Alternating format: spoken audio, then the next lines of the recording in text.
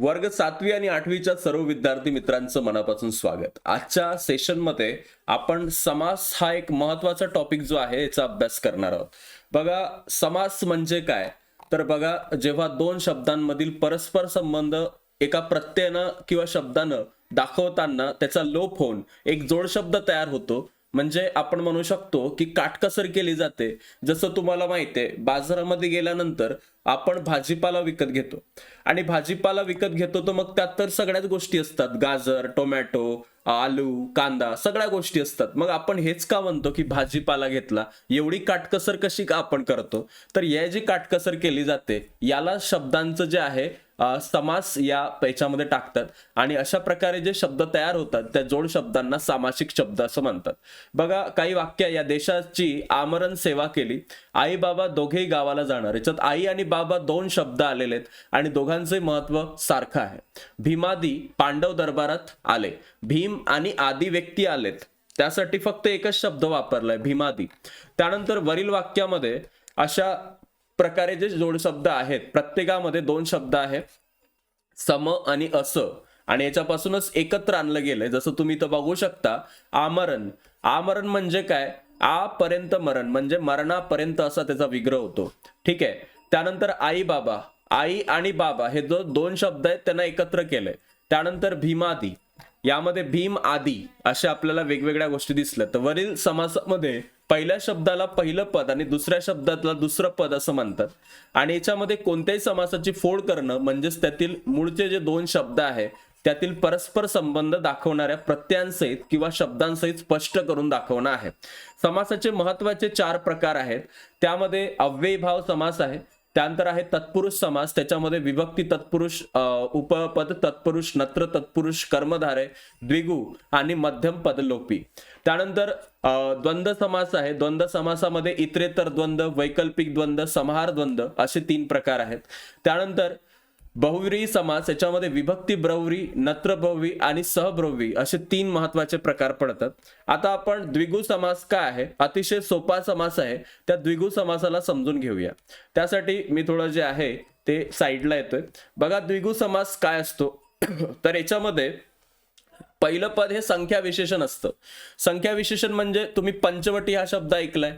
पंचवटी हा शब्द जो आहे याच्यामध्ये पहिला जो शब्द आहे तो पंच आहे. पंच म्हणजे काय? 5 दाखवतो आणि 5 वाटांचा समूह म्हणजे पंचवटी.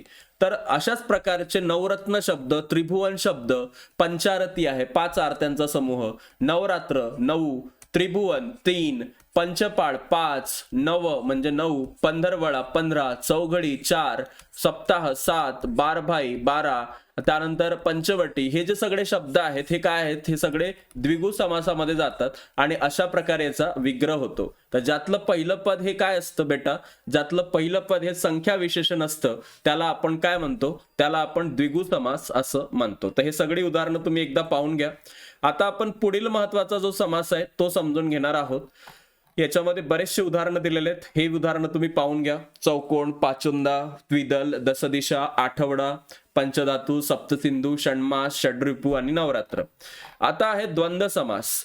आता प्रत्येकानं मुलानं आई वडिलांची सेवा करावी. आई वडिलांची सेवा करावी हे दोन्ही सारखे घेतलेले आहेत.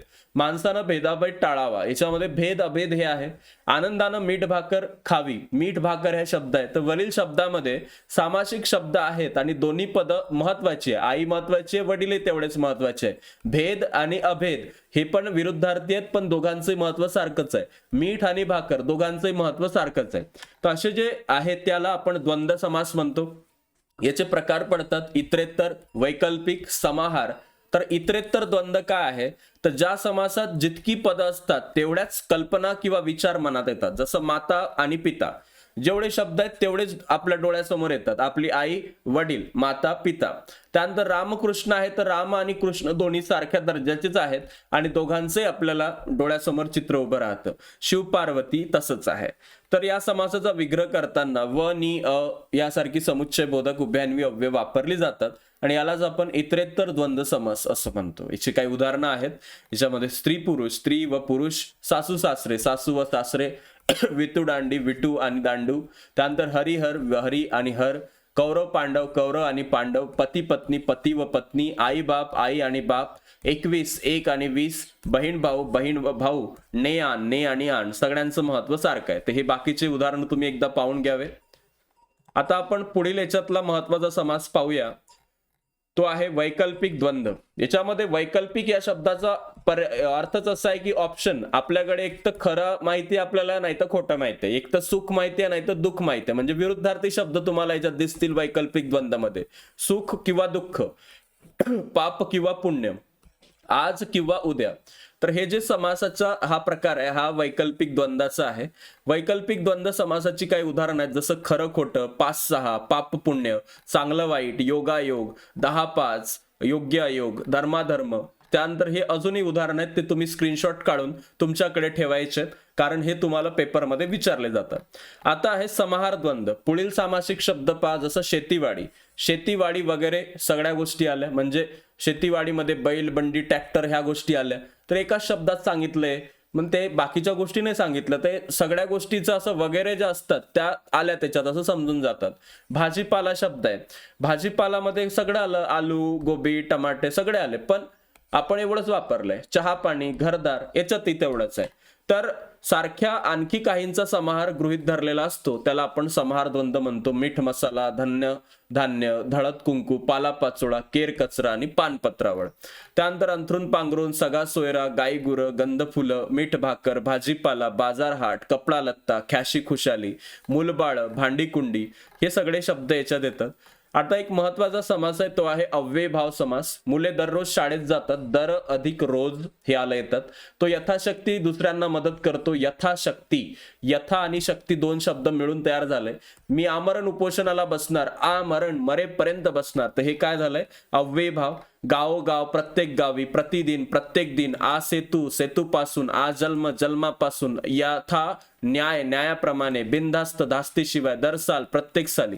हे जे सगळे शब्द आहेत हे कशामध्ये येतात, तर हे अव्ययभाव समासामध्ये येतात. तर आज आपण एक महत्वाचा टॉपिक समजून घेतलाय, तो आहे समासाचा. याबद्दल तुम्हाला जर काही प्रश्न असतील तर ते तुम्ही नक्कीच कमेंट बॉक्समध्ये टाकू शकता. धन्यवाद.